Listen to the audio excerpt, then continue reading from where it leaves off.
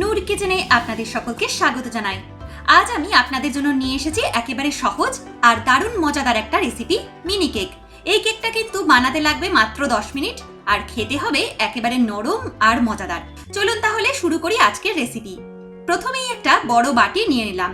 এবার এর মধ্যে ভেঙে দিলাম 2টো ডিম।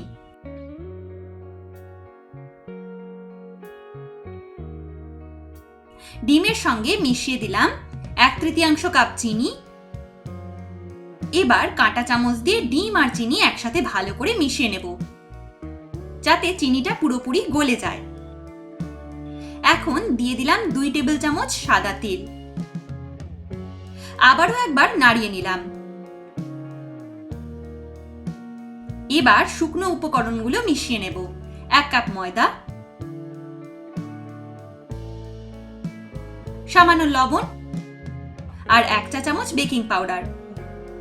আর সুন্দর ফ্লেভার আনার জন্য একটা লেবুর খোসা গ্রেট করে মিশিয়ে দিলাম। এতে কেকের মধ্যে আসবে একেবারে ফ্রেশ আর দারুণ একটা সুগন্ধ। সব উপকরণ একসাথে কাঁটা চামচ দিয়ে নরমাল ভাবে মিশিয়ে নেব।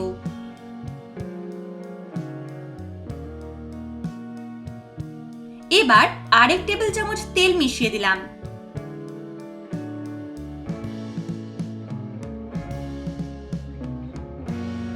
এবার হাতে হালকা তেল মেখে নিলাম, যেন ব্যাটার হাতে না লেগে যায়। 1 চামচ করে ব্যাটার হাতে নিয়ে গোল করে ছোট্ট ছোট্ট বল বানিয়ে নেব। তারপর হালকা চাপ দিয়ে একটু চাপটা করে নেব। এখন ফ্রাই প্যানে মাঝারি আঁচে তেল হালকা গরম করে নিলাম। এক এক করে সব কেকের পিস তেলের মধ্যে ছেড়ে দিলাম। প্রথমে এক পাশ 2 মিনিটের মতো ভেজে নিলাম। তারপর উল্টে অন্য পাশটাও সোনালী লালচে হওয়া পর্যন্ত ভেজে নেব।